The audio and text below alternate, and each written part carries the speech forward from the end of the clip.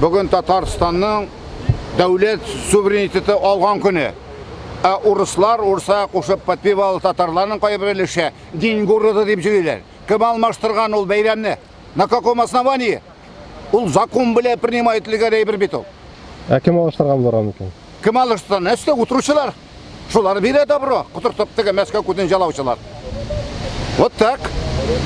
Бір нәрсе өзгерен республика күні білен Қазан күні арасында?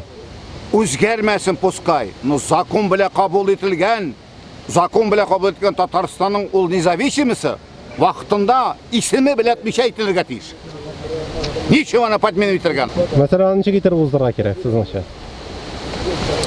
Уздыру ол бары фарс қына. Міне қазір сайлаулар бола міне, сентябрьде. Любым способом мафия өз кішілерін талқайды қазір.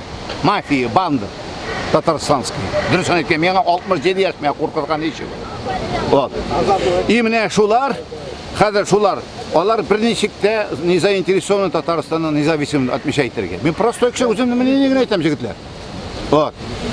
Шуңар көре, міне қазір, ана сайлау бола. Сайлау уже үткерілген, олар көте фарс қына күнін.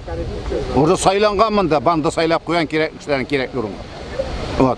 Олар бірнешікте не заинтересованы бойы біріне Татарстанның независиміс болғаш, Татар халқы сұрырғадан мұжет қоя кетен $50 дейді. Кім ашап жатаны, нендей банды дейді. Бір тиінде пенсионерлерға бір нендей облегчение бір нәрсе жоқ.